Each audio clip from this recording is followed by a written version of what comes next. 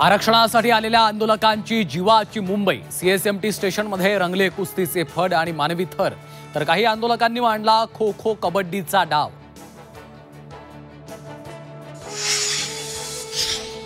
कोर्टाच्या आदेशाचं पालन करा, मुंबईकरांना त्रास होईल असं वागू नका, गोंधळ करायचा असेल तर गावचा रस्ता धरा, मनोज जरांगेंचं आंदोलकांना आवाहन।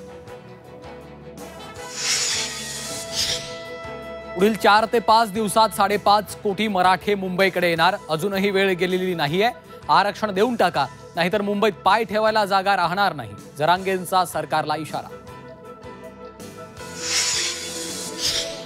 गावागावातून मुंबईतले मराठा आंदोलकांसाठी अन्नाचा ओघ। नवी मुंबईतील सिडको एक्झिबिशनमध्ये लाखो भाकऱ्या आणि चटणीचा पुरवठा। कुणीतरी आमच्या विरोधात डाव आखतंय, आम्हाला बदनाम करण्याचा डाव आहे, मनोज जरांगेंचा गंभीर आरोप।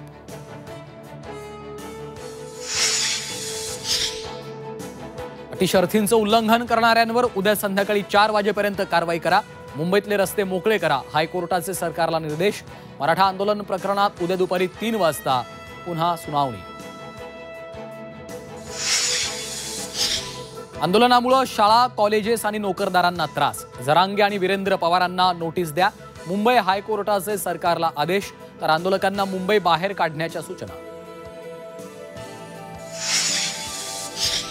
हुल्लडबाजी करणाऱ्या मराठा आंदोलकांवर कारवाई करावी लागणार, मुख्यमंत्री देवेंद्र फडणवीसांची भूमिका, कोर्टाच्या आदेशाचं पालन करावं लागणार असल्याचंही केलं स्पष्ट।